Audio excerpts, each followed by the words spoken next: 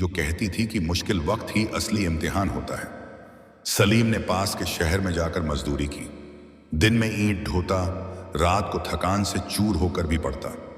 कई बार नींद किताब पर ही आ जाती, लेकिन उसने हार नहीं मानी। शहर की लाइब्रेरी में बैठकर उसने नए विषय सीखे।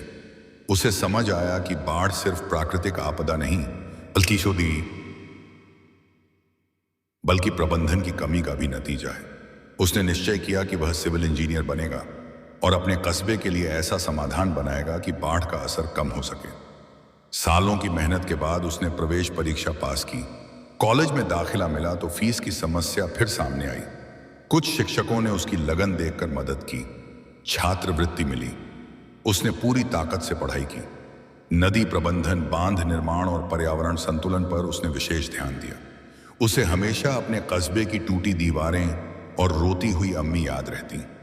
डिग्री पूरी होते ही उसे बड़े शहर में नौकरी का प्रस्ताव मिला, मगर उसने पहले अपने कस्बे का रुख किया।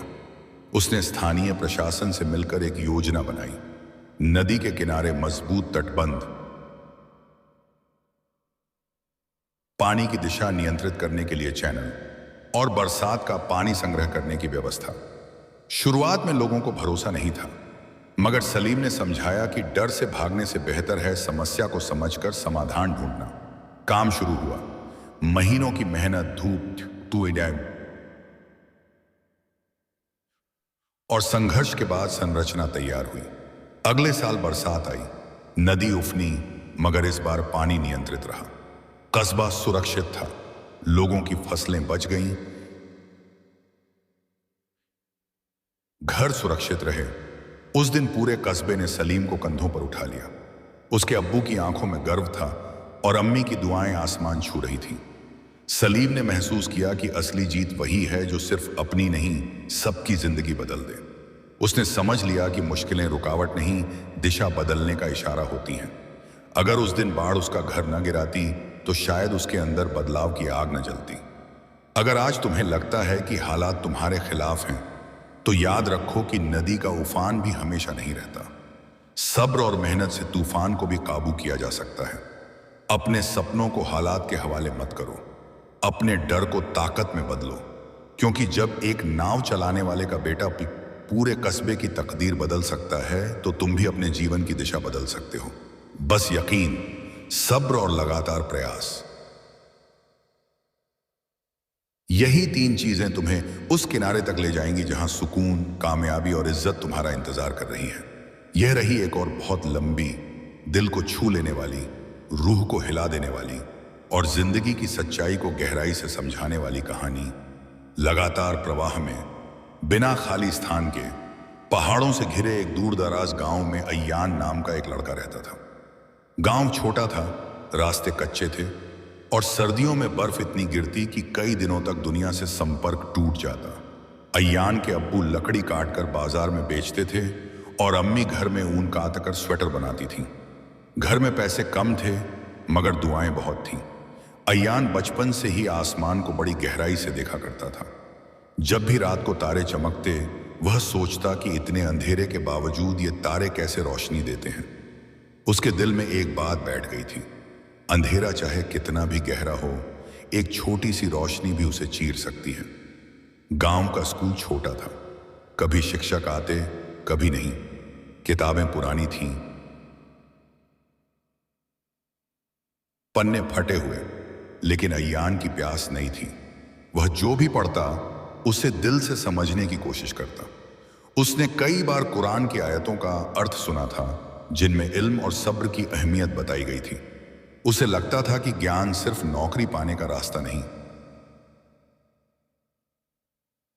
बल्कि सोच बदलने की ताकत है। एक साल सर्दी बहुत कड़ी पड़ी। बर्फबारी इतनी हुई कि अब्बू कई दिनों तक काम पर नहीं जा पाए।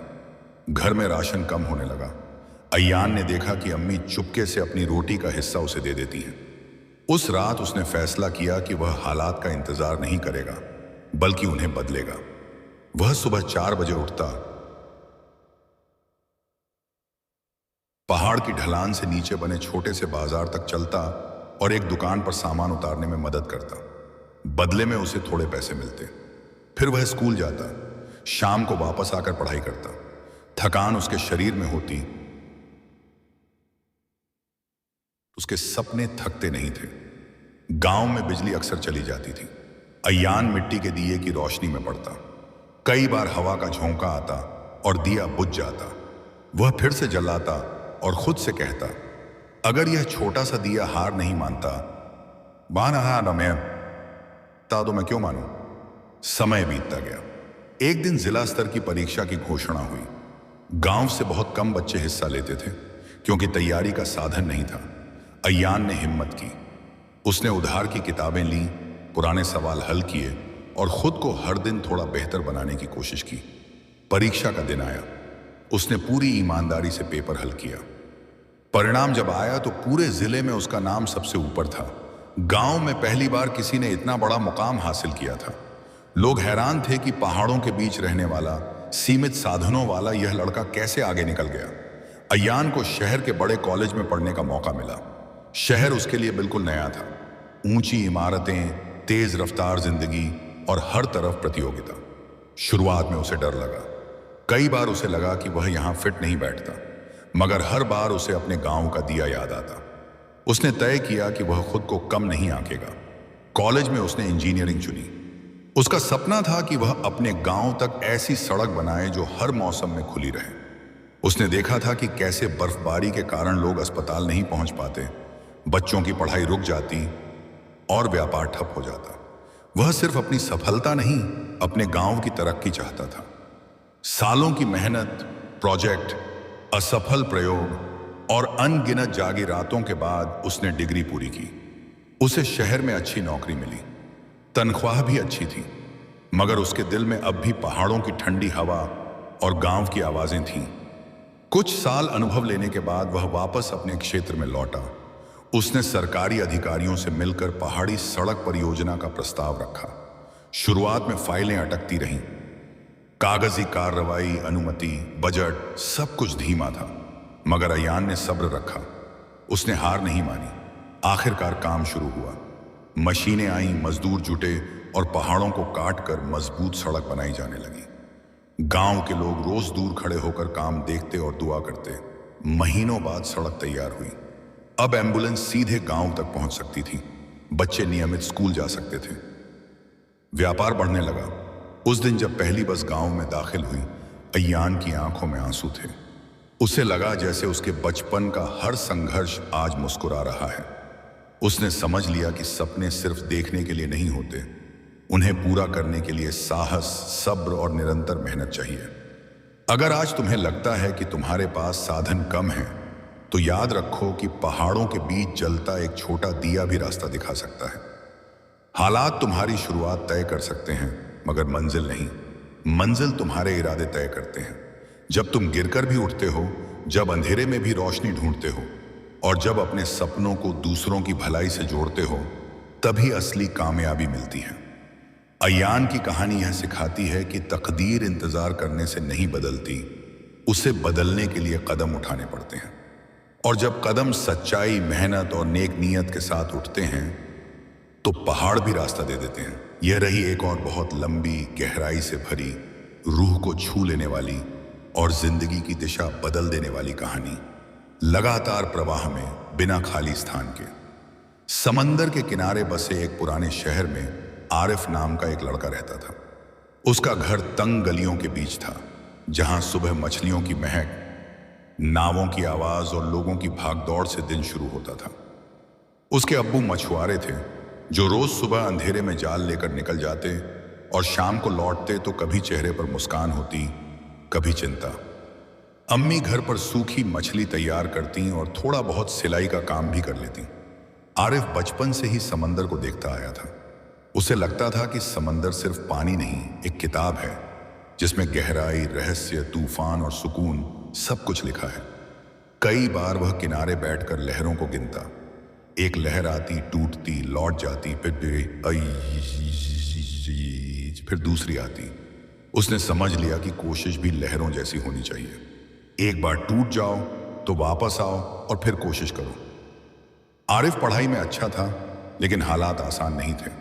स्कूल की फीस भरना मुश्किल था। कई बार उसने अपने अब्बू के साथ नाव में जाकर जाल फेंकने में मदद की, खारे पानी से उसके हाथ सख्त हो जाते, मगर उसके सपने मुलायम ही रहते। स्कूल में एक शिक्षक थे जो अक्सर कहते कि इल्म इंसान को नई दुनिया दिखाता है। एक दिन उन्होंने कुरान की एक आयत का अर्थ समझाया जिसमें ज्ञान और सोच विचार की अहमियत थी। वह बात आरिफ के दिल में बैठ गई। उसी साल एक भयंकर तूफान आया। आसमान काला हो गया, लहरें ऊंची हो गईं और कई नावें वापस नहीं लौटी। आरिफ के अब्बू की नाव भी कई घंटों तक लापता रही। वह रात आरिफ ने दुआ में गुजारी। सुबह जब उसके अब्बू थके हुए मगर सलामत लौटे तो उसने महसूस किया कि जिंदगी हर पल बदल सकती है। उस तूफान में कई परिवारों का नुकसान हुआ। कुछ बच्चों ने पढ़ाई छोड़ दी और काम पर लग गए। आरिफ के सामने भी यही सवाल था, क्या वह भी काम में लग जाए? मगर उसके अंदर एक आवाज थी जो कहती थी कि अगर वह आगे बढ़ेगा तो शायद वह ऐसे हालात का हल ढूंढ पाएगा। आरिफ ने ठान लिया कि वह समुद्री विज्ञान पढ़ेगा। वह जानना चाहता था कि तूफान कैसे बनते हैं, लहरें क्यों उफनती हैं, अजब मौन, और क्या पहले से चेतावनी दी जा सकती है। उसने दिन रात मेहनत की। शहर की लाइब्रेरी में बैठकर समुद्र, मौसम और जलवायु के बारे में पढ़ता। कई शब्द मुश्किल थे, कई सिद्धांत समझ में नहीं आते थे, मगर उसने हार नहीं मानी। समय के साथ उसने एक प्रतिष्ठित संस्थान में प्रवेश पा लिया। वहां जाकर उसे समझ आया कि समुद्र का व्यवहार विज्ञान से समझा जा सकता है। उसने मौसम पूर्वानुमान, सैटेलाइट डेटा और तटीय सुरक्षा पर शोध किया। कई बार उसके प्रयोग असफल हुए। कभी डेटा गलत निकला, कभी मॉडल काम नहीं किया, मगर हर असफलता ने उसे कुछ नया सिखाया। सालों की पढ़ाई और शोध के बाद उसने एक ऐसा चेतावनी मॉडल तैयार किया जो छोटे मछुआरा समुदायों को समय रहते तूफान की जानकारी दे सके। उसने सरकार और स्थानीय प्रशासन के साथ मिलकर इसे लागू करवाया। अब जब भी मौसम खराब होने वाला होता, तटीय गांवों में पहले से सूचना पहुंच जाती। लोग नावें किनारे बांध देते, सुरक्षित जगहों पर चले जाते। धीरे धीरे नुकसान कम होने लगा। एक दिन फिर से बड़ा तूफान आया, लेकिन इस बार तैयारी थी। नावें सुरक्षित रहीं, लोग सुरक्षित रहे। आरिफ अपने पुराने किनारे पर खड़ा लहरों को देख रहा था। वही समंदर, वही आवाज, मगर इस बार डर कम था। उसे लगा जैसे उसकी मेहनत ने लहरों से दोस्ती कर ली हो। उसने समझ लिया कि मुश्किलें दुश्मन नहीं, शिक्षक होती हैं। अगर वह उस दिन डर कर बैठ जाता तो शायद आज भी लोग बिना चेतावनी के तूफान का सामना कर रहे होते। उसकी कहानी यह सिखाती है कि हालात चाहे कितने भी खारे क्यों न हों, उनसे सीखकर मीठा भविष्य बनाया जा सकता है। लहरें गिराती जरूर हैं, मगर संभलना हमारे हाथ में है। अगर नीयत साफ हो, मेहनत सच्ची हो और मकसद सिर्फ अपना नहीं बल्कि दूसरों का भला भी हो, तो समंदर की गहराई भी रास्ता दे देती है। अगर आज तुम्हें लगता है कि जिंदगी में तूफान चल रहा है, तो याद रखो कि तूफान हमेशा के लिए नहीं होते। तैयारी, ज्ञान और सब्र से हर लहर को दिशा दी जा सकती है। अपने सपनों को जिंदा रखो, क्योंकि वही सपने एक दिन तुम्हें इतना मजबूत बना देंगे कि तुम खुद दूसरों के लिए किनारा बन जाओगे। यह रही एक और बहुत लंबी, गहरी, दिल को झकझोर देने वाली और उम्मीद से भरी कहानी। लगातार प्रवाह में, बिना खाली स्थान के, एक सूखे और पथरीले इलाके में बसा था एक छोटा सा गांव, जहां पानी सोने से भी ज्यादा कीमती था। उसी गांव में रहती थी सना। उसके घर की छत टीन की थी, जो गर्मियों में तवे की तरह तपती और बरसात में इतनी शोर करती कि बात सुनाई न दे। उसके अब्बू खेतिहर मजदूर थे, मगर खेत उनका अपना नहीं था। अम्मी घरों में काम करती थी। सना रोज सुबह स्कूल जाने से पहले 2 किलोमीटर दूर कुएं से पानी लाती। रास्ता ऊबड़ खाबड़ था, हाथों में भारी मटके और पैरों में घिसी चप्पलें, मगर उसकी आंखों में एक अलग चमक थी। वह सिर्फ पानी नहीं ढोती थी, वह अपने सपनों को भी ढोती थी। सना को पढ़ाई से मोहब्बत थी। जब वह किताब खोलती तो उसे लगता जैसे पन्नों से नई दुनिया निकल रही हो। उसके स्कूल में विज्ञान की एक पुरानी किताब थी, जिसमें पानी के चक्र, बारिश और भूमिगत जल के बारे में बताया गया था। वह उन चित्रों को देर तक देखती और सोचती कि अगर आसमान से इतना पानी गिरता है तो उसका गांव प्यासा क्यों है। एक दिन उसके शिक्षक ने समझाया कि पानी का सही प्रबंधन न हो तो बरसात का पानी बहकर निकल जाता है। सना के दिल में यह बात गूंजती रही। उसी शाम उसने घर की छत से गिरते बारिश के पानी को ध्यान से देखा। पानी नाली से बहकर सड़क पर चला जाता था। उसने मन ही मन तय किया कि एक दिन वह इस पानी को रोकेगी। सना ने आगे चलकर सिविल इंजीनियरिंग पढ़ने का सपना देखा। गांव में कई लोगों ने कहा कि यह बड़ा सपना है, लड़की होकर इतना क्यों सोचती हो, मगर उसकी अम्मी ने चुपचाप उसका साथ दिया। उन्होंने अपनी छोटी सी बचत से सना के लिए फॉर्म भरा। सना ने मेहनत की, चौड़ी जी हैं, छात्रवृत्ति पाई और शहर के कॉलेज में दाखिला लिया। शहर में सब कुछ नया था, ऊंची इमारतें, चौड़ी सड़कें और हर तरफ भागती जिंदगी। शुरुआत में उसे डर लगा, मगर उसने खुद को याद दिलाया कि वह किस मकसद से आई है।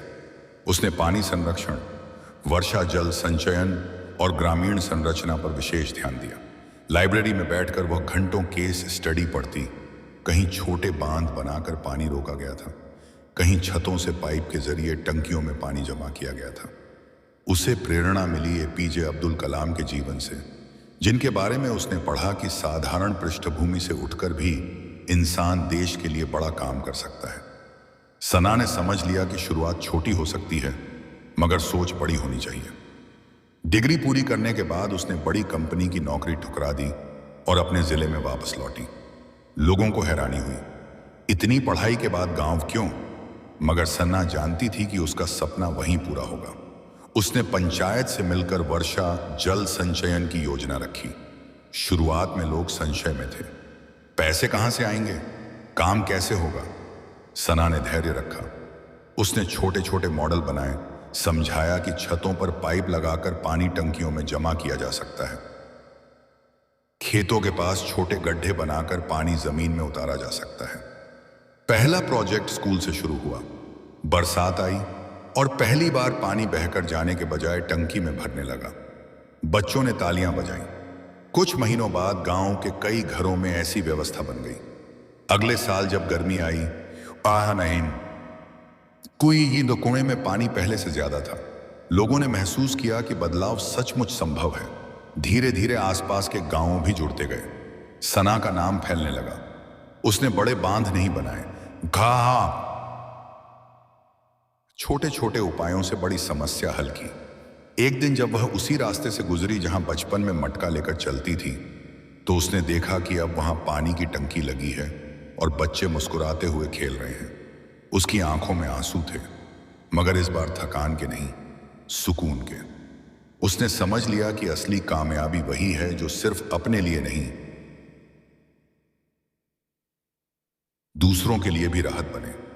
अगर आज तुम्हें लगता है कि तुम्हारी मुश्किलें बहुत बड़ी हैं, तो याद रखो कि हर बड़ी समस्या का हल छोटे कदमों से शुरू होता है। हालात चाहे पथरीले हों, मगर इरादा अगर मजबूत हो तो वहीं से मीठा पानी निकल सकता है। अपने सपनों को हालात की धूप में मत सूखने दो। उन्हें मेहनत की बारिश दो, सब्र की मिट्टी दो और भरोसे की धूप दो। एक दिन वही सपना किसी और की प्यास बुझाएगा।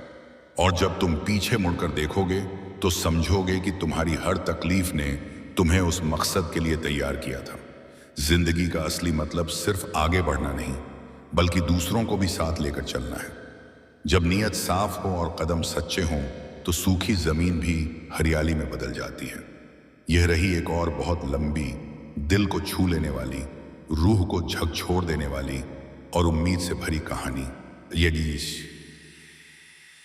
लगातार प्रवाह में एक पहाड़ी कस्बे के किनारे, जहां सुबह धुंध ऐसे उतरती थी जैसे आसमान जमीन को चुपचाप चूम रहा हो, वहीं रहता था फैज। उसका घर देवदार के पेड़ों के बीच था, छोटा सा, मिट्टी और पत्थर से बना हुआ। सर्दियों में बर्फ छत पर जम जाती और गर्मियों में पहाड़ी हवा एक अजीब सी शांति भर देती। मगर इस खूबसूरती के पीछे संघर्ष की लंबी दास्तान छिपी थी। फैज के अब्बू लकड़ी काटने का काम करते थे और अम्मी ऊन काटती थी। घर में ज्यादा साधन नहीं थे मगर इरादे बहुत बड़े थे। फैज बचपन से आसमान को देखता था। जब भी रात में तारे निकलते, वह देर तक उन्हें गिनने की कोशिश करता। उसे लगता था कि हर तारा एक कहानी है। स्कूल में विज्ञान की कक्षा उसका पसंदीदा समय होता। एक दिन उसके शिक्षक ने अंतरिक्ष के बारे में पढ़ाते हुए नासा का नाम लिया। और बताया कि कैसे इंसान ने चांद तक पहुंचने का सपना पूरा किया। फैज के दिल में बिजली सी कौंधी। उसने सोचा, अगर इंसान चांद तक जा सकता है तो पहाड़ के इस छोटे से घर से निकलकर वह भी कुछ बड़ा कर सकता है। मगर रास्ता आसान नहीं था। कस्बे के स्कूल में संसाधन सीमित थे, लैब में पुराने उपकरण थे, किताबें अधूरी थीं। कई बार बिजली चली जाती और वह लालटेन की रोशनी में पड़ता।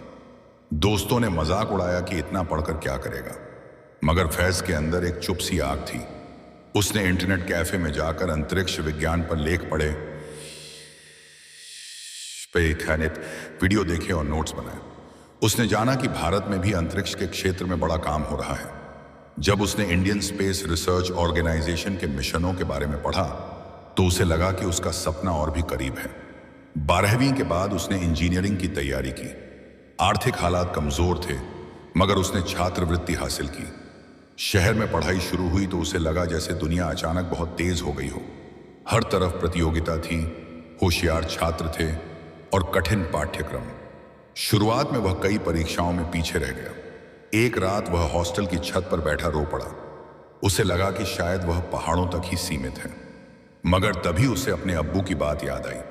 पेड़ जितना ऊंचा होता है उसकी जड़ें उतनी गहरी होती हैं। उसने हार मानने के बजाय अपनी कमजोरियों पर काम करना शुरू किया। उसने अतिरिक्त कक्षाएं लीं, दोस्तों के साथ समूह अध्ययन किया और हर असफलता को नोटबुक में लिखकर उसे सीख निकाली।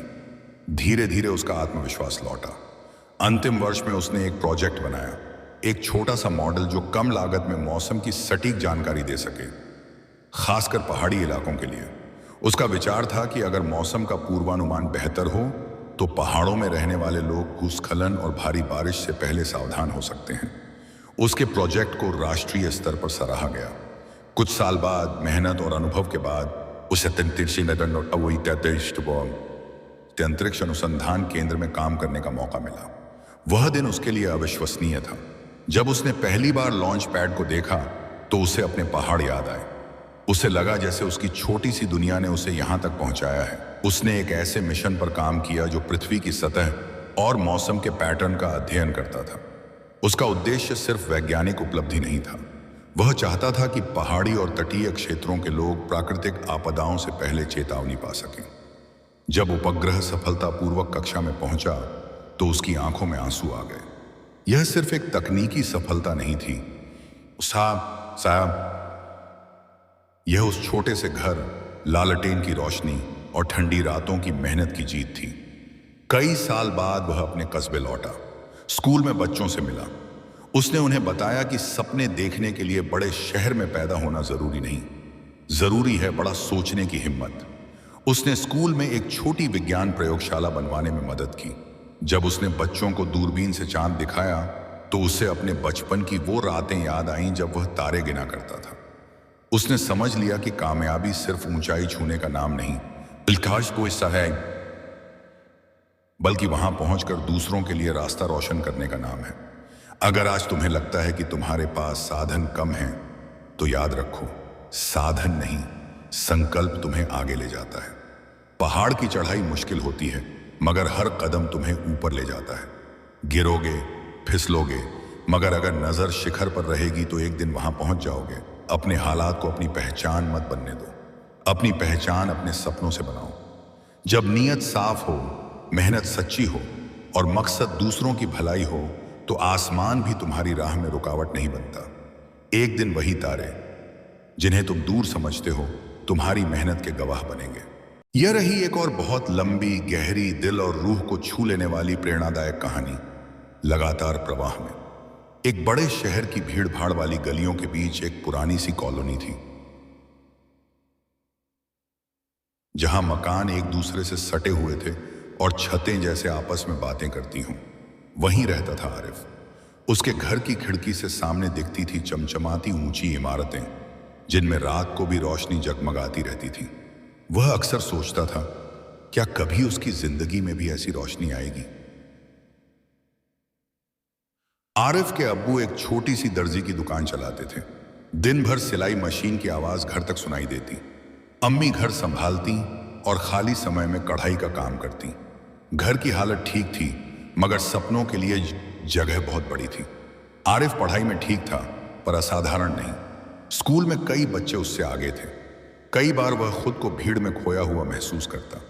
एक दिन स्कूल में एक कार्यक्रम हुआ, जहां एक सामाजिक कार्यकर्ता ने आकर शिक्षा और बदलाव पर भाषण दिया। उन्होंने बताया कि कैसे एक छोटे से कदम से भी समाज बदला जा सकता है। उन्होंने उदाहरण दिया कैलाश सत्यार्थी का, जिन्होंने बच्चों की शिक्षा के लिए अपना जीवन समर्पित किया। आरिफ के मन में यह बात घर कर गई कि असली कामयाबी सिर्फ अपने लिए नहीं, बल्कि दूसरों के लिए कुछ करने में है। उसने अपने मोहल्ले को नई नजर से देखना शुरू किया। उसे पता चला कि आसपास कई छोटे बच्चे स्कूल नहीं जाते। कुछ चाय की दुकानों पर काम करते, कुछ घरों में बर्तन धोते। आरिफ को यह बात चुभने लगी। उसने सोचा, अगर वह पढ़ सकता है तो वे क्यों नहीं। शुरुआत छोटी थी। उसने शाम को अपनी छत पर 3 बच्चों को पढ़ाना शुरू किया। पुरानी किताबें इकट्ठा की, कॉपियां बांटी। पहले दिन बच्चे हिचकिचाए, मगर धीरे धीरे उनकी संख्या बढ़ने लगी। छत पर बैठकर टिमटिमाती बल्ब की रोशनी में पढ़ाई होने लगी। पड़ोसियों ने पहले मजाक उड़ाया, क्या मास्टर बनोगे? मगर आरिफ रुका नहीं। कुछ महीनों में 10 से ज्यादा बच्चे आने लगे। जगह कम पड़ने लगी। उसने अपने अब्बू से बात की। अब्बू ने दुकान के पीछे का छोटा कमरा खाली कर दिया। वहां एक पुरानी ब्लैक बोर्ड लगा दी गई। अब यह एक छोटी सी कक्षा बन गई थी। आरिफ ने पढ़ाई के साथ साथ बच्चों को सपने देखने की भी आदत सिखाई। वह उन्हें कहानियां सुनाता, मेहनत की, ईमानदारी की और उम्मीद की। उसने इंटरनेट से प्रेरणादायक भाषण डाउनलोड किए और बच्चों को सुनाए। एक दिन शहर की एक संस्था को उसके काम के बारे में पता चला। उन्होंने आकर उसकी कक्षा देखी। उन्हें यकीन नहीं हुआ कि इतना छोटा लड़का इतना बड़ा काम कर रहा है। संस्था ने कुछ बेंच, किताबें और स्टेशनरी देने का वादा किया। अब वह छोटा कमरा एक व्यवस्थित ट्यूशन सेंटर जैसा दिखने लगा। आरिफ ने अपनी पढ़ाई भी जारी रखी। उसने शिक्षा में स्नातक करने का फैसला किया, ताकि वह इस काम को और बेहतर तरीके से कर सके। कॉलेज और सेंटर दोनों संभालना आसान नहीं था। कई बार थकान हावी हो जाती, कभी पैसों की कमी होती, कभी समय की। मगर जब वह उन बच्चों को मुस्कुराते देखता जो अब स्कूल में अच्छे अंक ला रहे थे, तो उसकी सारी थकान दूर हो जाती। कुछ सालों बाद उसकी छोटी सी पहल एक पंजीकृत संस्था बन गई। मोहल्ले के कई युवा उससे जुड़ गए। अब वहां सिर्फ पढ़ाई ही नहीं, बल्कि कौशल प्रशिक्षण, कंप्यूटर क्लास और करियर मार्गदर्शन भी होने लगा। जो बच्चे कभी काम करने मजबूर थे, वे अब कॉलेज जाने लगे। एक शाम आरिफ छत पर खड़ा था। सामने वही ऊंची इमारतें थीं। अब उसे उनसे जलन नहीं होती थी। उसे एहसास हुआ कि रोशनी सिर्फ कांच की इमारतों में नहीं होती। असली रोशनी तो उस कमरे में थी जहां एक बच्चा पहली बार अपना नाम लिखना सीख रहा था। उसने समझ लिया कि इंसान की असली पहचान उसकी परिस्थितियों से नहीं, कुछ ठहरने के लिए साथ ही उसके फैसलों से बनती है। अगर वह चाहता तो अपनी जिंदगी बस ठीक ठाक गुजार देता, मगर उसने दूसरों के लिए रास्ता चुना और उसी रास्ते ने उसकी जिंदगी को मायने दे दिए। अगर आज तुम्हें लगता है कि तुम्हारे पास कुछ खास नहीं है, तो याद रखो, एक सच्चा इरादा सबसे बड़ी ताकत है। तुम्हें दुनिया बदलने के लिए बड़े मंच की जरूरत नहीं, एक छोटी सी छत भी काफी है। एक छोटी सी शुरुआत भी एक दिन बड़ा बदलाव बन सकती है। अपने अंदर की रोशनी को पहचानो। जब तुम किसी और के अंधेरे में दीपक जलाते हो, तो तुम्हारा अपना रास्ता भी रोशन हो जाता है। जिंदगी का मकसद सिर्फ आगे बढ़ना नहीं, बल्कि किसी को साथ लेकर आगे बढ़ना है। और जब तुम यह समझ लेते हो, तो हर दिन एक नई उम्मीद बन जाता है। हर मुश्किल एक नई सीख और हर कदम एक नई मंजिल की ओर बढ़ता हुआ यकीन। यह रही एक और बहुत लंबी, गहरी, रूह को छू लेने वाली और उम्मीद से भरी कहानी, लगातार प्रवाह में। रेगिस्तान के किनारे बसा एक छोटा सा गांव था, जहां दूर दूर तक रेत के टीलों के अलावा कुछ दिखाई नहीं देता था। दिन में सूरज आग बरसाता और रात को आसमान इतना साफ होता कि तारे मानो जमीन के करीब आ जाते। उसी गांव में रहती थी सना। उसके घर की दीवारें मिट्टी की थीं और आंगन में एक नीम का पेड़ था जो गर्मी में थोड़ी सी छांव दे देता। पानी दूर के कुएं से लाना पड़ता था और बिजली अक्सर चली जाती थी। मगर इन सब के बीच सना के दिल में एक अजीब सी रोशनी थी, कुछ बड़ा करने की चाह। सना को किताबों से बेहद लगाव था। गांव के स्कूल में बस कुछ ही किताबें थीं, पर वह उन्हें बार बार पढ़ती। इतिहास की कहानियां उसे खास पसंद थीं, उन लोगों की दास्तानें जिन्होंने मुश्किल हालात में भी हार नहीं मानी। एक दिन उसकी अध्यापिका ने कक्षा में एक महान महिला नेता के बारे में बताया, इंदिरा गांधी, जिन्होंने कठिन समय में देश का नेतृत्व किया। सना ने पहली बार महसूस किया कि एक महिला भी बड़े फैसले ले सकती है, बदलाव ला सकती है। उस दिन से उसके सपनों ने आकार लेना शुरू किया। वह सोचने लगी कि क्यों न वह भी अपने इलाके के लिए कुछ करे। उसके गांव में सबसे बड़ी समस्या थी पानी। हर साल गर्मियों में पानी की कमी इतनी बढ़ जाती कि लोग मीलों दूर चलकर पानी लाते। कई बार बच्चों को स्कूल छोड़ना पड़ता, लेकिन साज क्योंकि उन्हें घर के काम में मदद करनी होती। सना ने ठान लिया कि वह पढ़ाई करेगी और पानी की समस्या का हल ढूंढेगी, लेकिन रास्ता आसान नहीं था। परिवार की आर्थिक हालत कमजोर थी।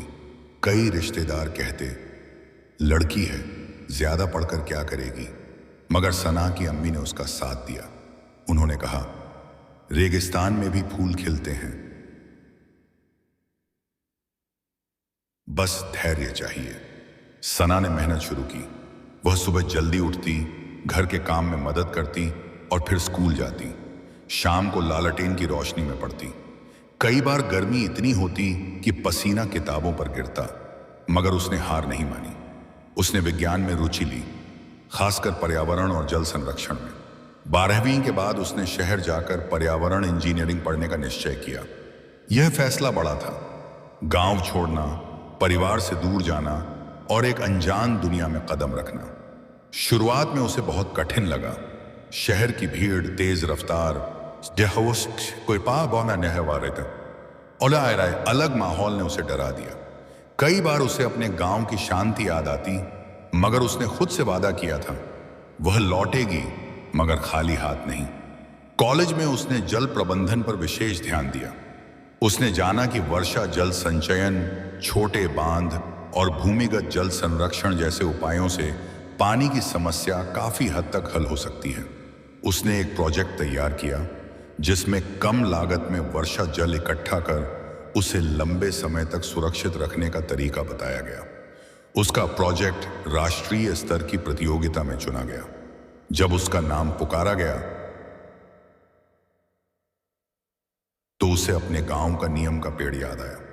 उसे लगा जैसे वह पेड़ दूर कहीं खड़ा मुस्कुरा रहा हो। पढ़ाई पूरी करने के बाद सना ने बड़ी कंपनी में नौकरी लेने के बजाय अपने गांव लौटने का फैसला किया। कई लोगों ने कहा, इतनी पढ़ाई करके फिर गांव, मगर सना जानती थी कि उसका मकसद क्या है। गांव लौटकर उसने पंचायत से बात की। शुरुआत में लोगों को भरोसा नहीं था, मगर उसने धैर्य रखा। उसने समझाया कि अगर वे मिलकर काम करें तो हर घर तक पानी पहुंच सकता है। धीरे धीरे कुछ लोग साथ आए। उन्होंने मिलकर वर्षा जल संचयन के छोटे छोटे टैंक बनाए, पुराने तालाब की सफाई की और घरों की छतों से पानी इकट्ठा करने की व्यवस्था की। पहली बारिश में जब टैंकों में पानी भरने लगा तो गांव के बच्चों ने खुशी से ताली बजाई। सना की आंखों में आंसू थे। यह सिर्फ पानी नहीं था, यह उम्मीद थी। अगले साल गर्मियों में पानी की कमी उतनी गंभीर नहीं रही। बच्चों को स्कूल छोड़ना नहीं पड़ा, औरतों को मीलों दूर नहीं जाना पड़ा। गांव में बदलाव दिखने लगा। धीरे धीरे आसपास के गांवों ने भी यह मॉडल अपनाया। सना का छोटा सा प्रयास एक आंदोलन बन गया। उसे कई जगह आमंत्रित किया जाने लगा, जहां वह अपने अनुभव साझा करती। मगर उसके लिए सबसे बड़ी खुशी वही थी, अपने गांव के आंगन में बैठकर बच्चों को खेलते देखना, बिना पानी की चिंता के। एक शाम वह नीम के पेड़ के नीचे बैठी थी। हवा में रेत की हल्की खुशबू थी। उसने आसमान की ओर देखा, वही तारे जो बचपन से उसके साथी थे। उसे एहसास हुआ कि सपने रेगिस्तान में भी उगते हैं, बस उन्हें सींचने के लिए हिम्मत चाहिए। अगर आज तुम्हें लगता है कि तुम्हारे हालात कठिन हैं, तो याद रखो, रेत में भी बीज अंकुरित होते हैं। बस धैर्य, मेहनत और विश्वास चाहिए। परिस्थितियां चाहे जितनी सख्त हों, इरादे उनसे ज्यादा मजबूत हो सकते हैं। सपना देखना आसान है, मगर उसे निभाना साहस मांगता है। जब तुम अपने सपने को सिर्फ अपने लिए नहीं बल्कि दूसरों के लिए जीते हो, तो रास्ते अपने आप बनते जाते हैं। तुम जहां हो वहीं से शुरुआत करो। साधन कम हो तो भी इरादा बड़ा रखो, क्योंकि एक दिन तुम्हारी छोटी सी कोशिश किसी की पूरी जिंदगी बदल सकती है। और जब ऐसा होगा तो तुम्हें समझ आएगा, असली जीत वही है जो सिर्फ तुम्हारी नहीं, सबकी हो। ये रही एक और बहुत लंबी, दिल को छू लेने वाली, गहरी और उम्मीद से भरी कहानी। लगातार प्रवाह में, पहाड़ों से घिरे एक छोटे से कस्बे में, जहां सुबह की धूप सबसे पहले बर्फीली चोटियों को छूती थी, वहीं रहता था हमजा। उसके घर की खिड़की से दूर तक फैली घाटी दिखाई देती थी। हवा में ठंडक थी, लेकिन उसके घर की हालत अक्सर तंग रहती थी। उसके अब्बू एक छोटे किसान थे और अम्मी घर के साथ साथ ऊन काटने का काम करती थी। सर्दियों में खेत बर्फ से ढक जाते और आमदनी लगभग रुक जाती। ऐसे दिनों में घर के भीतर सिर्फ उम्मीद ही थी जो गर्मी देती थी। हमजा बचपन से ही आसमान को देखकर खो जाता था। उसे लगता था कि इन पहाड़ों के पार एक बड़ी दुनिया है जहां सपनों को उड़ान मिलती है। उसके स्कूल में संसाधन कम थे, कभी कभी शिक्षक महीनों तक नहीं आते, लेकिन हमजा की जिज्ञासा कम नहीं होती थी। वह पुरानी किताबों से सीखता, रेडियो पर खबरें सुनता और दुनिया के बारे में सोचता रहता। एक दिन उसके विज्ञान शिक्षक ने कक्षा में अंतरिक्ष के बारे में बताया। उन्होंने महान वैज्ञानिक एपीजे अब्दुल कलाम का जिक्र किया, जिन्होंने साधारण परिवार से निकलकर देश के सर्वोच्च पद तक का सफर तय किया। उस दिन हमजा के भीतर कुछ बदल गया। उसे लगा कि अगर एक छोटे शहर का लड़का इतना आगे जा सकता है तो वह क्यों नहीं। उसने ठान लिया कि वह पढ़ाई में अपना सर्वश्रेष्ठ देगा, लेकिन रास्ता आसान नहीं था। बिजली अक्सर चली जाती, कई रातों में वह लालटेन की रोशनी में पढ़ता। ठंड इतनी होती कि उंगलियां सुन्न हो जाती, फिर भी वह किताब बंद नहीं करता। उसके दोस्त कई बार उसे चिढ़ाते, इतना पढ़कर क्या करेगा, मगर हमजा के अंदर एक शांत विश्वास था। 12वीं कक्षा में उसने पूरे जिले में पहला स्थान प्राप्त किया। यह खबर पूरे कस्बे में फैल गई। पहली बार लोगों ने उसे अलग नजर से देखा। उसे छात्रवृत्ति मिली और वह शहर के बड़े कॉलेज में दाखिल हो गया। यह उसके जीवन का नया अध्याय था। शहर की जिंदगी तेज थी, यहां कोई किसी को नहीं जानता था। शुरू शुरू में उसे बहुत अकेलापन महसूस हुआ। पहाड़ों की शांति की जगह यहां हॉर्न और भीड़ थी। कई बार वह सोचता, क्या वह यहां टिक पाएगा, मगर हर बार उसे अपने गांव की उम्मीदें याद आती। कॉलेज में उसने एरोस्पेस इंजीनियरिंग चुनी। उसे उड़ान का सपना था, सिर्फ अपने लिए नहीं, उठाई, बल्कि उन बच्चों के लिए जो पहाड़ों में सीमित सपने देखते थे। पढ़ाई कठिन थी, कई विषय उसकी समझ से बाहर लगते। कई बार वह असफल भी हुआ, लेकिन उसने हार मानने के बजाय अपने प्रोफेसरों से मदद ली, दोस्तों के साथ ग्रुप स्टडी की, और खुद पर भरोसा रखा। 4 साल बाद उसने अपनी डिग्री पूरी की। उसे एक प्रतिष्ठित रिसर्च सेंटर में नौकरी मिली। वहां वह छोटे उपग्रहों के प्रोजेक्ट पर काम करने लगा। जब पहली बार उसने अपने बनाए डिजाइन को वास्तविक रूप लेते देखा तो उसकी आंखों में चमक थी। उसे लगा जैसे उसकी मेहनत ने आकार ले लिया हो। लेकिन कहानी यहीं खत्म नहीं होती। कुछ साल काम करने के बाद उसने एक बड़ा फैसला लिया। वह अपने पहाड़ी इलाके के बच्चों के लिए एक विज्ञान केंद्र खोलेगा। उसने अपनी बचत का बड़ा हिस्सा लगाया और अपने कस्बे में एक छोटा सा विज्ञान और नवाचार केंद्र शुरू किया।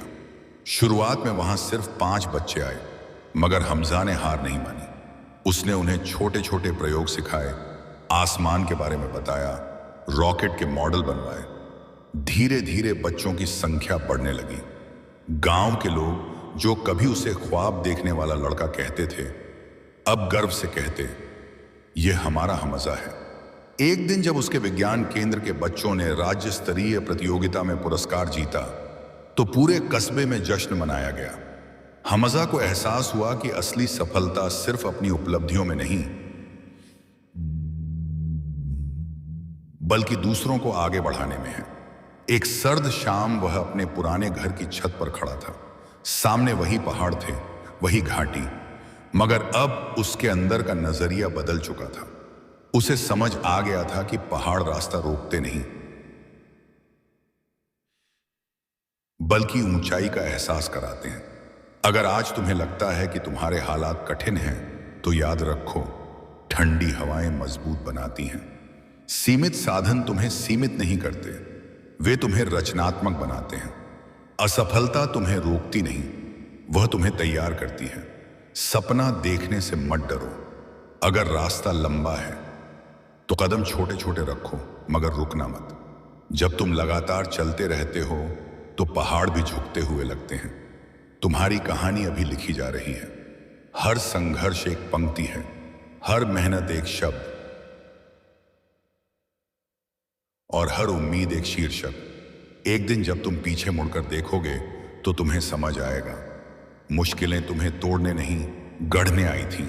और याद रखो, असली उड़ान पंखों से नहीं विश्वास से होती है। जब विश्वास मजबूत हो तो आसमान भी छोटा लगता है। यह रही एक और बहुत लंबी, गहरी, प्रेरणादायक और दिल को छू लेने वाली कहानी। निरंतर प्रवाह में समुद्र के किनारे बसा एक छोटा सा कस्बा था, जहां सुबह की पहली किरण लहरों पर पड़ती तो पानी सोने जैसा चमकने लगता। वहीं रहता था आरिफ। उसका घर मछुआरों की बस्ती में था। पिता हर दिन नाव लेकर समुद्र में जाते और मां घर पर जाल बुनती। कभी मछलियां ज्यादा मिलती, कभी ही अदी, कभी बिल्कुल नहीं। जिंदगी लहरों की तरह अनिश्चित थी, कभी शांत, कभी तूफानी। आरिफ बचपन से ही अलग था। जहां बाकी बच्चे समुद्र किनारे खेलते, वह दूर बैठकर क्षितिज को देखता रहता। उसे लगता उस रेखा के पार कोई और दुनिया है। उसके पास न महंगे खिलौने थे, न सुविधाएं, लेकिन उसके पास सवाल थे, बहुत सारे सवाल। आसमान नीला क्यों है? लहरें बार बार किनारे पर क्यों आती हैं? चांद समुद्र को कैसे खींचता है? स्कूल छोटा था, पर उसकी जिज्ञासा बढ़ी। एक दिन लाइब्रेरी में उसे एक किताब मिली जिसमें महान वैज्ञानिक अल्बर्ट आइंस्टीन के बारे में लिखा था। उसमें बताया गया था कि उन्होंने दुनिया को नए नजरिए से देखना सिखाया। आरिफ को लगा शायद सवाल पूछना ही पहला कदम है। उसने पढ़ाई में मन लगाना शुरू किया, मगर घर की हालत उसे बार बार रोकती। कई बार पिता बीमार पड़ जाते और उसे समुद्र में जाना पड़ता। तेज धूप, नमकीन हवा और कभी कभी उठते तूफान, ये सब उसकी दिनचर्या का हिस्सा बन गए।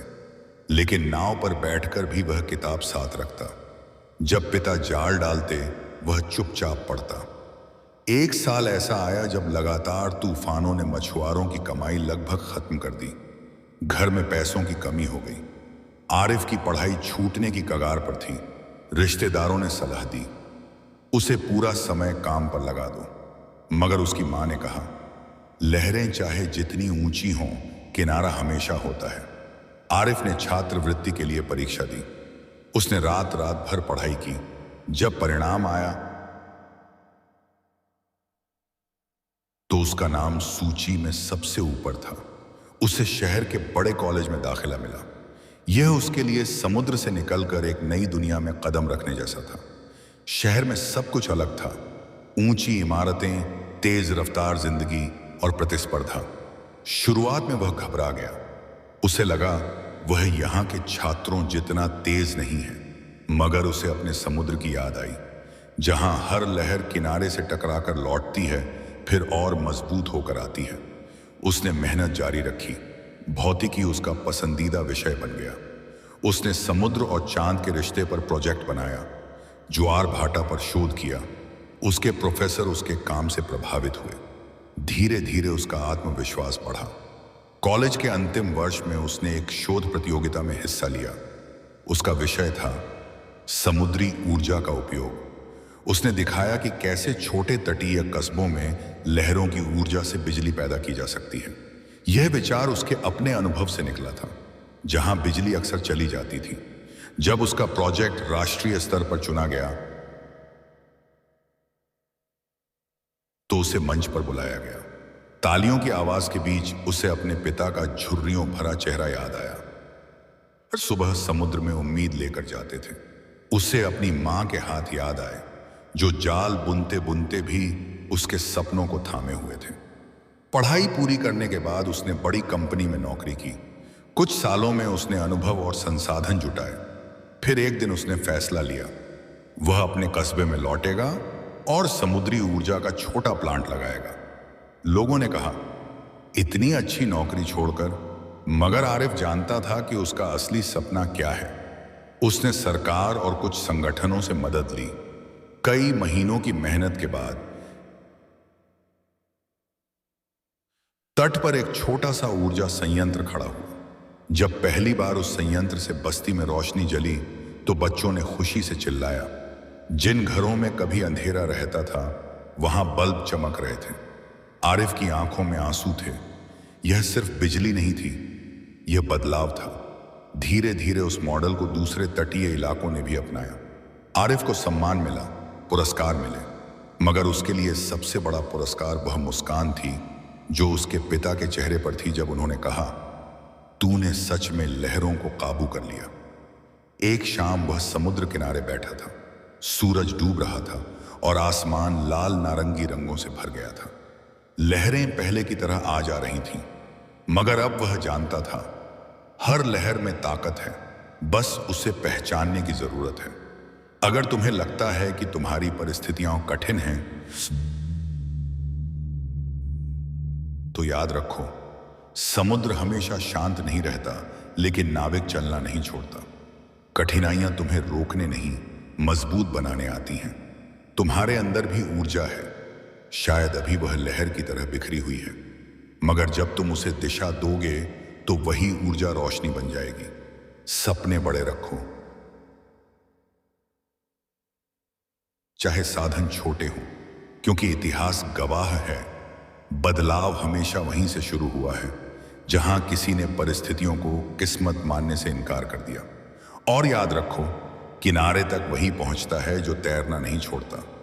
लहरें चाहे जितनी ऊंची हों, हिम्मत उससे ऊंची रखो।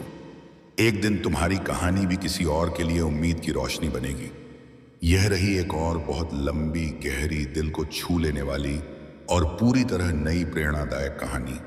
निरंतर प्रवाह में रेगिस्तान के किनारे बसे एक छोटे से गांव में जारा रहती थी।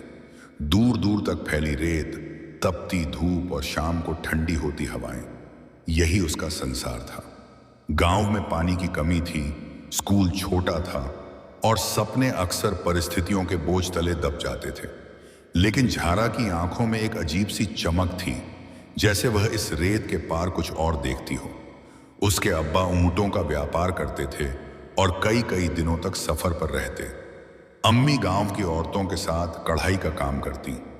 घर में साधन कम थे, पर आत्मसम्मान और मेहनत की कमी नहीं थी। जारा बचपन से ही सवाल पूछती, हमारे गांव में पानी क्यों कम है? क्या इसे बदला जा सकता है? क्या कोई तरीका है कि रेत के बीच भी हरियाली उग सके? स्कूल में विज्ञान की किताबें पुरानी थीं, कई पन्ने फटे हुए, लेकिन जारा हर पंक्ति को ऐसे पढ़ती जैसे उसमें कोई खजाना छिपा हो। एक दिन उसके शिक्षक ने भारत की मिसाइल वुमन कहे जाने वाली टेसी थॉमस के बारे में बताया। कैसे उन्होंने कठिनाइयों के बावजूद विज्ञान की दुनिया में अपना नाम बनाया। उस दिन झारा के मन में एक बीज पड़ा, अगर वह कर सकती हैं तो मैं क्यों नहीं। समय बीतता गया। गर्मियों में तापमान इतना बढ़ जाता कि दोपहर को बाहर निकलना मुश्किल होता। कई बार पानी लाने के लिए उसे कई किलोमीटर चलना पड़ता। सिर पर मटका, पैरों के नीचे तपती रेत और मन में एक ही सवाल, क्या इस समस्या का कोई स्थायी हल नहीं? एक साल ऐसा आया जब सूखा और बढ़ गया। कुएं सूख गए। गांव के कई परिवार शहर की ओर जाने लगे। जारा ने देखा कि कैसे उसकी सहेलियां पढ़ाई छोड़कर चली गईं।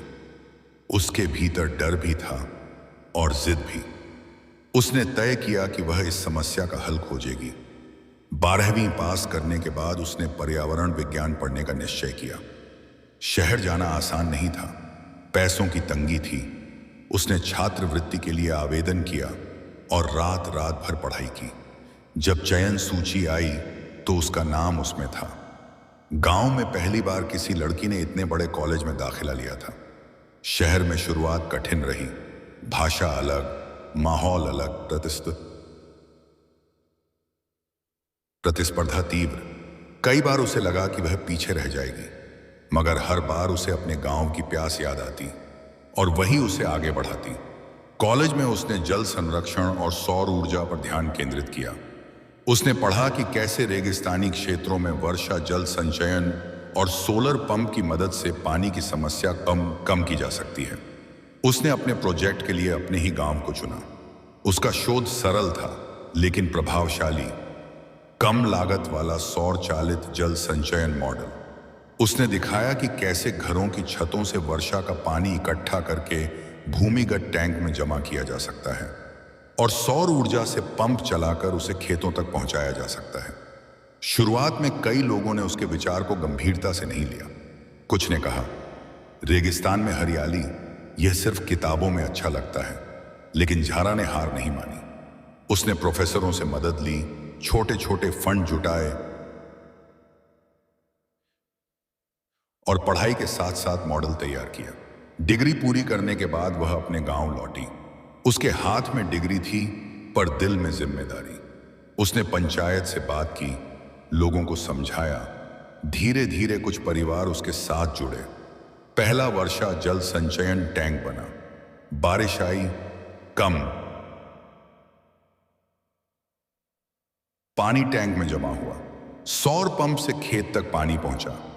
उस साल पहली बार गांव में छोटे छोटे पौधे उगे। बच्चों ने तालियां बजाईं, बुजुर्गों की आंखों में उम्मीद चमकी। अगले 2 सालों में मॉडल फैलता गया। कई घरों में टैंक बने, खेतों में सौर पंप लगे। गांव की तस्वीर बदलने लगी। जहां पहले सिर्फ रेत थी, वहां अब छोटे छोटे थी, बगीचे थे। औरतों को दूर से पानी नहीं लाना पड़ता था। लड़कियां फिर से स्कूल जाने लगीं। जारा को राष्ट्रीय स्तर पर सम्मान मिला। लेकिन जब उससे पूछा गया, आपकी सबसे बड़ी उपलब्धि क्या है, उसने मुस्कुराकर कहा, मेरे गांव की मुस्कान। एक शाम वह अपने घर की छत पर खड़ी थी। सामने वही रेत थी, वही क्षितिज, मगर अब उसे लगता था कि रेत भी उपजाऊ हो सकती है अगर उस पर उम्मीद की बारिश हो। इस कहानी में संदेश साफ है, परिस्थितियां चाहे जितनी कठोर हों, इंसान की सोच उनसे बड़ी हो सकती है। रेत में भी बीज छिपे होते हैं, बस उन्हें सही समय और मेहनत चाहिए। अगर तुम्हें लगता है कि तुम्हारी राह कठिन है तो याद रखो, तपती धूप भी शाम को ढलती है, प्यास भी एक दिन बुझती है, और जो इंसान हार नहीं मानता वही बदलाव का कारण बनता है। तुम्हारे अंदर भी एक झारा है, सवाल पूछने वाली, समाधान खोजने वाली और हार न मानने वाली। अपने हालात को अपनी पहचान मत बनने दो, उन्हें अपनी ताकत बना लो, क्योंकि जब इरादा सच्चा हो तो रेत भी हरियाली बन जाती है, और जब हिम्मत अडिग हो तो दुनिया भी रास्ता दे देती है। यह रही एक और बहुत लंबी, गहरी, भावनात्मक और पूरी तरह नई प्रेरणादायक कहानी। निरंतर प्रवाह में पहाड़ों से घिरे एक दूर दराज गांव में कबीर रहता था। ऊंचे ऊंचे देवदार के पेड़, सुबह की ठंडी हवा और बादलों से ढकी चोटियां। प्रकृति वहां खूबसूरत थी, लेकिन जीवन आसान नहीं था। गांव तक पहुंचने के लिए कच्ची सड़क थी जो बरसात में कीचड़ से भर जाती। बिजली अक्सर चली जाती और इंटरनेट तो जैसे सपना था। कबीर का परिवार साधारण था। पिता एक छोटे किसान थे जो सीढ़ी नुमा खेतों में मेहनत करते। माँ घर संभालती और ऊन काटती। घर में ज्यादा साधन नहीं थे, लेकिन संस्कार और हिम्मत की कोई कमी नहीं थी। कबीर बचपन से ही आसमान को अलग नजर से देखता था। जब बाकी बच्चे पतंग उड़ाते, वह तारों को गिनता। जब गांव में बिजली चली जाती, वह छत पर लेटकर आकाश को देखता और सोचता, ये तारे कितने दूर होंगे, क्या कोई वहां तक पहुंच सकता है। स्कूल छोटा था, लेकिन एक विज्ञान शिक्षक थे जो बच्चों को बड़े सपने देखने की हिम्मत देते। एक दिन उन्होंने भारत के महान वैज्ञानिक और पूर्व राष्ट्रपति एपीजे अब्दुल कलाम के बारे में बताया। कैसे एक साधारण परिवार का लड़का मिसाइल वैज्ञानिक बना और देश का राष्ट्रपति भी। उस दिन कबीर के भीतर एक चिंगारी जल उठी। उसने तय किया कि वह विज्ञान पढ़ेगा और एक दिन अंतरिक्ष से जुड़ा काम करेगा। लेकिन रास्ता आसान नहीं था। गांव में अच्छी किताबें नहीं मिलती, इंटरनेट कमजोर था। कई बार उसे पड़ोस के कस्बे में जाकर साइबर कैफे में नोट्स डाउनलोड करने पड़ते। बरसात के दिनों में स्कूल जाना मुश्किल होता। कई बार रास्ता बंद हो जाता, लेकिन कबीर हार नहीं मानता। वह घर पर ही पढ़ाई जारी रखता। पिता कहते, बेटा,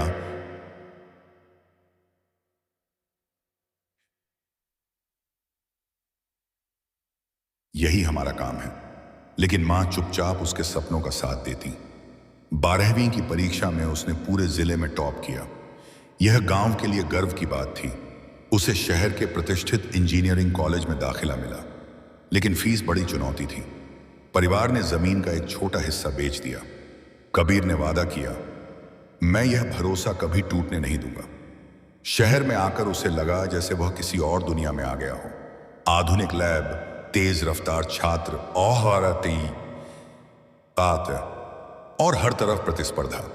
शुरुआत में वह घबरा गया।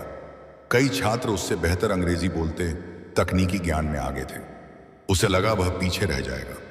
मगर उसे अपने पहाड़ याद आए। पहाड़ सिखाते हैं, चढ़ाई कठिन होती है, लेकिन हर कदम तुम्हें ऊंचाई के करीब ले जाता है।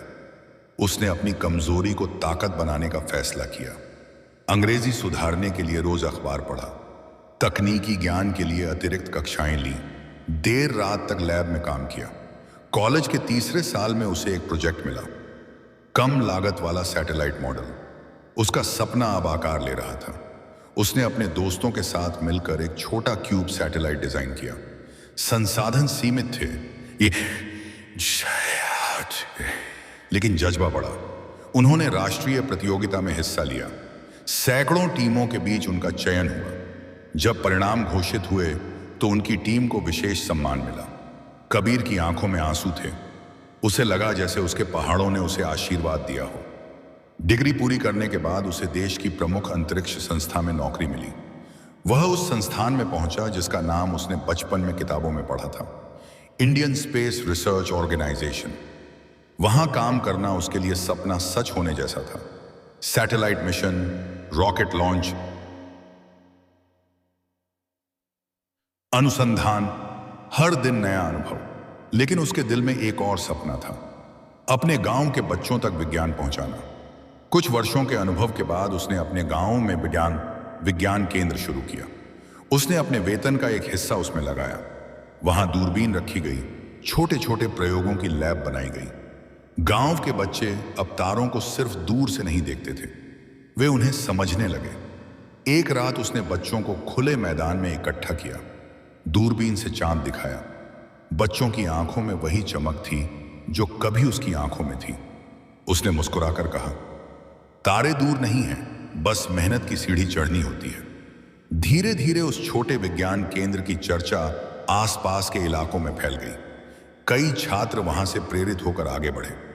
कबीर को पुरस्कार मिले, सम्मान मिला। लेकिन उसके लिए सबसे बड़ी खुशी तब थी जब एक बच्चा आकर बोला, सर, मैं भी अंतरिक्ष वैज्ञानिक बनना चाहता हूं। एक दिन वह फिर अपने घर की छत पर लेटा था, वही पहाड़, वही तारे। लेकिन अब वह जानता था, दूरी सिर्फ नजर का भ्रम है। अगर इरादा मजबूत हो तो पहाड़ भी रास्ता बन जाते हैं। इस कहानी का संदेश सरल है, तुम्हारी शुरुआत जहां से भी हो, मंजिल उससे बड़ी हो सकती है। संसाधन कम हो तो क्या, सपने बड़े होने चाहिए। पहाड़ की चढ़ाई कठिन है, लेकिन शिखर का दृश्य वही देखता है जो रुकता नहीं। अगर तुम्हें लगता है कि हालात तुम्हारे खिलाफ हैं, तो याद रखो, पत्थर रास्ता भी रोकते हैं और उसी से सीढ़ी भी बनती है। फर्क सिर्फ इस बात का है कि तुम उन्हें कैसे इस्तेमाल करते हो। तुम्हारे भीतर भी एक कबीर है जो आसमान को देखकर डरता नहीं, बल्कि सोचता है कि वहां तक कैसे पहुंचना है। अपने सपनों को छोटा मत करो, क्योंकि दुनिया अक्सर उसी को जगह देती है जो खुद को बड़ा सोचता है।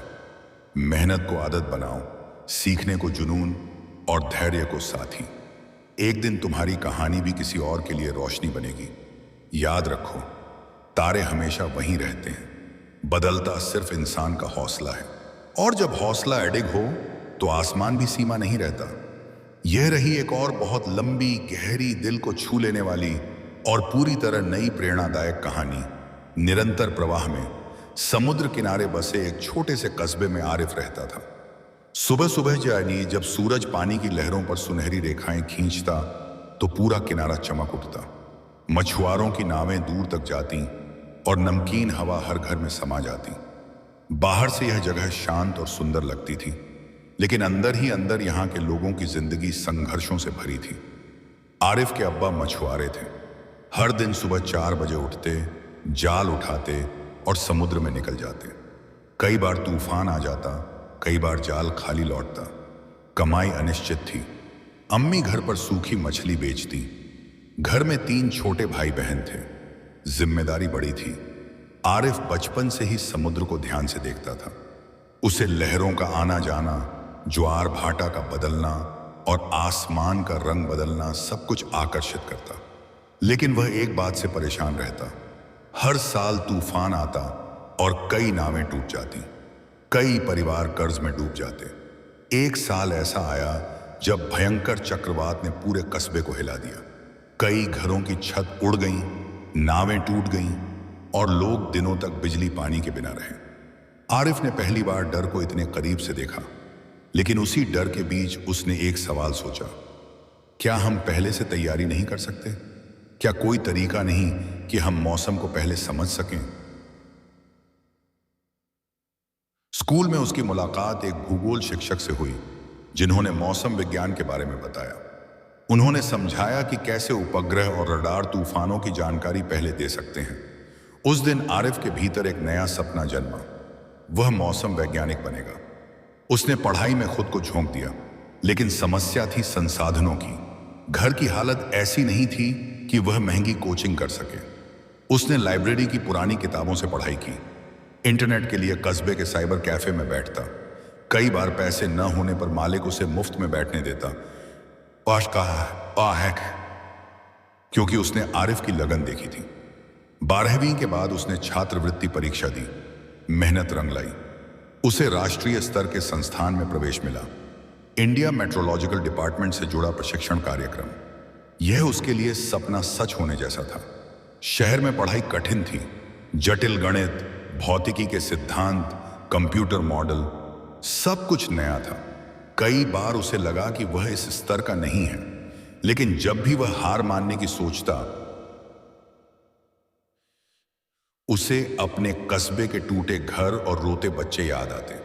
धीरे धीरे उसने मौसम मॉडलिंग सीख ली। उसने जाना कि कैसे समुद्र के तापमान, हवा की दिशा और दबाव के बदलाव से तूफान बनते हैं। उसने अपने प्रोजेक्ट के लिए अपने ही क्षेत्र का अध्ययन चुना। तटीय क्षेत्रों के लिए कम लागत वाली प्रारंभिक चेतावनी प्रणाली। उसका विचार सरल था, मोबाइल संदेशों और स्थानीय रेडियो के माध्यम से जल्दी चेतावनी पहुंचाना, ताकि मछुआरे समय रहते किनारे लौट सकें। उसने डेटा इकट्ठा किया, मॉडल बनाया और एक पायलट प्रोजेक्ट शुरू किया। पहली बार जब उसके सिस्टम ने एक मध्यम तूफान की सही भविष्यवाणी की, तो दर्जनों नावें समय पर लौट आईं। कोई जान नहीं गई। कस्बे में पहली बार लोगों ने महसूस किया कि जानकारी भी जीवन बचा सकती है। कुछ वर्षों बाद आरिफ उसी विभाग में स्थायी वैज्ञानिक बन गया। उसका काम अब राष्ट्रीय स्तर पर सराहा जाने लगा। लेकिन उसने अपने कस्बे से रिश्ता नहीं तोड़ा। हर साल वह वहां जाता, लोगों को जागरूक करता, बच्चों को पढ़ने के लिए प्रेरित करता। एक दिन वह समुद्र किनारे खड़ा था। वही लहरें, वही नमकीन हवा। फर्क सिर्फ इतना था कि अब वह डर को समझता था। अब वह जानता था कि प्रकृति को रोका नहीं जा सकता, लेकिन समझा जरूर जा सकता है। उसने अपने कस्बे में एक छोटा मौसम केंद्र भी स्थापित कराया। वहां एक डिजिटल बोर्ड लगा था जो रोज का मौसम अपडेट दिखाता। बच्चे उसे देखने आते, सवाल पूछते। आरिफ मुस्कुराकर कहता, समुद्र हमारा दुश्मन नहीं, हमारा शिक्षक है। धीरे धीरे कस्बे की तस्वीर बदलने लगी। लोग तैयार रहने लगे। नुकसान कम होने लगा और सबसे बड़ी बात, उम्मीद बढ़ने लगी। आरिफ को कई पुरस्कार मिले। एक समारोह में उससे पूछा गया, आपकी प्रेरणा क्या थी?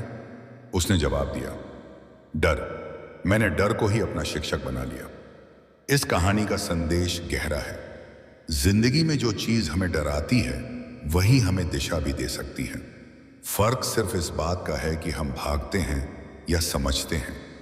अगर तुम्हारे जीवन में भी कोई तूफान है, असफलता, गरीबी, आलोचना या डर, तो उससे भागो मत, उसे समझो, उसके पीछे छिपे सबक को पहचानो। क्योंकि हर तूफान हमेशा नहीं रहता, वह आता है, सिखाता है और चला जाता है।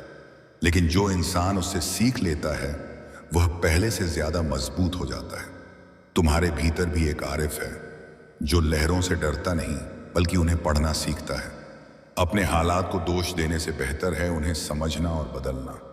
याद रखो, समुद्र की लहरें हमेशा लौट कर आती हैं, लेकिन हर बार वे किनारे को थोड़ा बदल जाती हैं। वैसे ही हर अनुभव तुम्हें थोड़ा बदलता है। सवाल यह है, क्या तुम उस बदलाव को अपनाते हो? जब इरादा मजबूत हो तो तूफान भी रास्ता नहीं रोक पाता, और जब नीयत साफ हो तो संघर्ष भी सीढ़ी बन जाता है। तुम्हारी कहानी अभी लिखी जा रही है। हो सकता है आज तुम संघर्ष में हो, लेकिन कल तुम किसी और के लिए उम्मीद बन सकते हो। इसलिए चलते रहो, सीखते रहो, और याद रखो, सबसे अंधेरी रात के बाद ही सबसे खूबसूरत सुबह आती है। यह रही एक और बहुत लंबी, गहरी, प्रेरणादायक और पूरी तरह नई कहानी। निरंतर प्रवाह में रेगिस्तान के किनारे बसे एक छोटे से कस्बे में जोया रहती थी। दूर दूर तक फैली रेत, तपता हुआ सूरज और शाम को ठंडी हवाएं, यही उसकी दुनिया थी। दिन में तापमान इतना बढ़ जाता कि लोग घरों में छिप जाते, और रात को आसमान इतना साफ होता कि तारे मानो धरती के करीब आ जाते। जोया के अब्बू ऊंटों की देखभाल करते थे और कभी कभी पर्यटकों को रेगिस्तान की सैर कराते। अम्मी हाथ से कढ़ाई का काम करती। घर छोटा था, लेकिन दीवारों पर रंग बिरंगे कपड़े टंगे रहते, जैसे सूखे रेगिस्तान में रंगों की नदियां बह रही हों। बचपन से ही जोया को पानी की कमी चुभती थी। हर हफ्ते टैंकर आता, लोग लाइन लगाते। कई बार टैंकर देर से आता तो पूरा कस्बा परेशान हो जाता।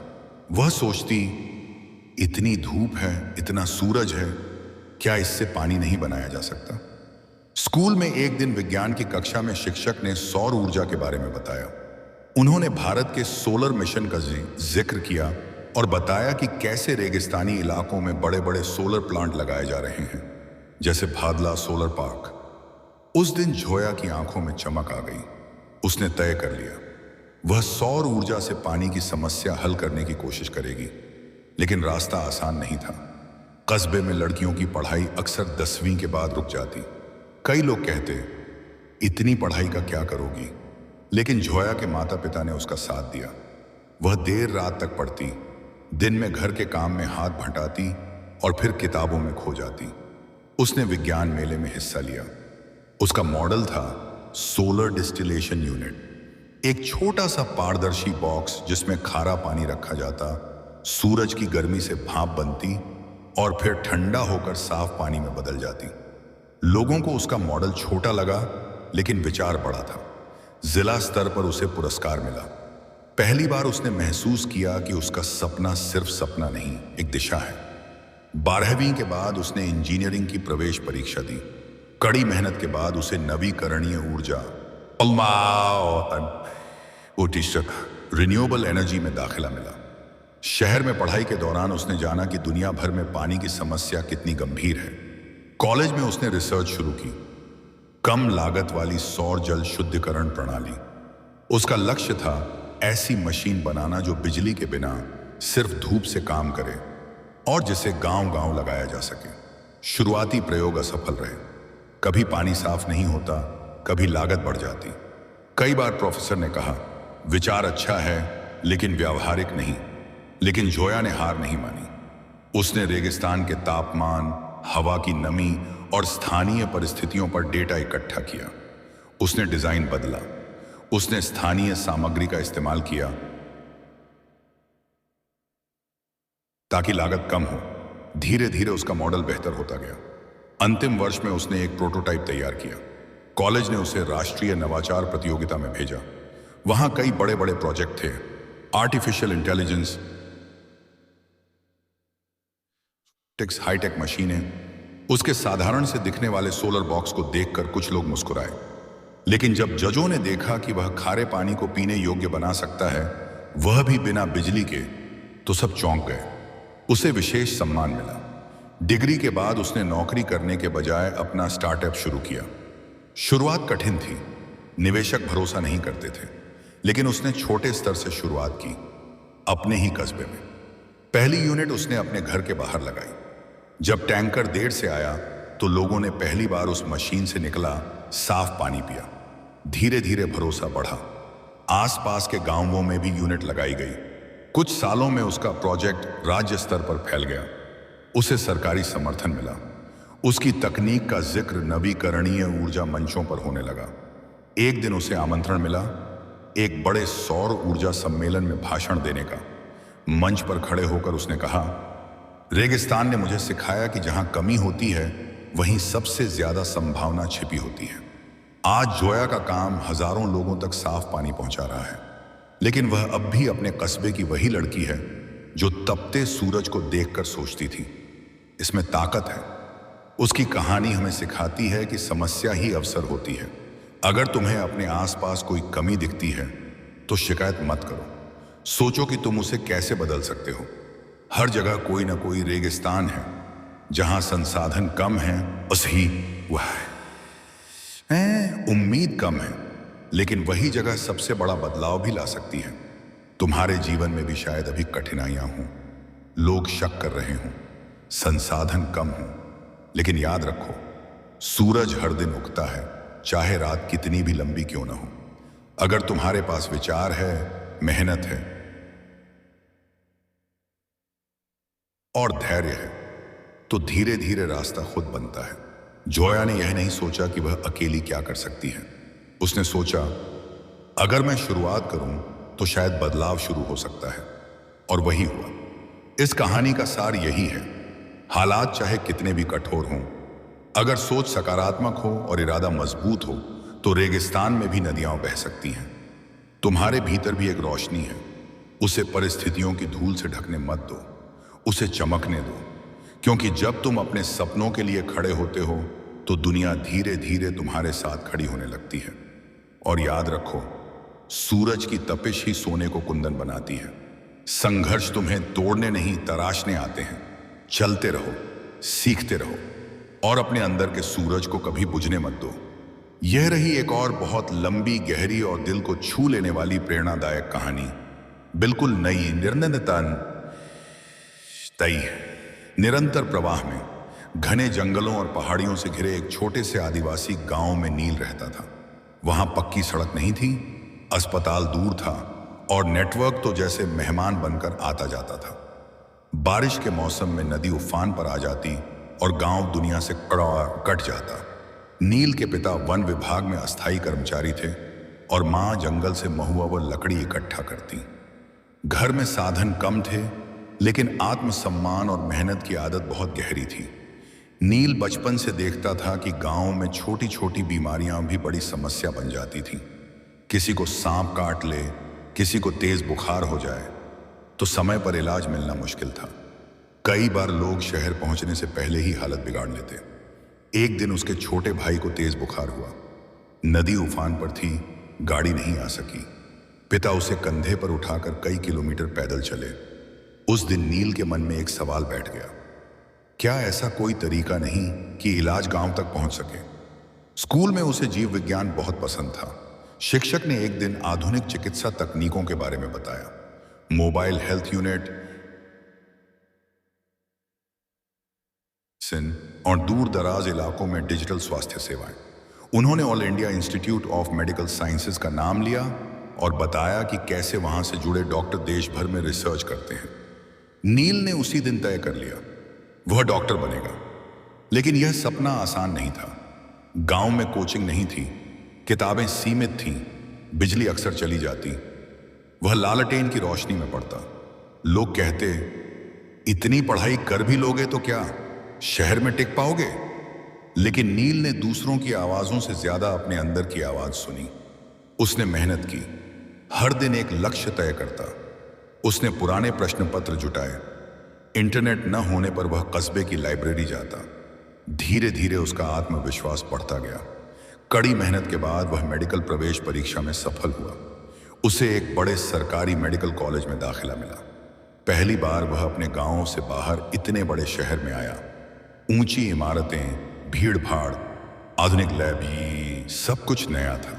शुरुआत में उसे कठिनाई हुई। अंग्रेजी की मेडिकल किताबें भारी लगती। क्लास में छात्र तेज थे।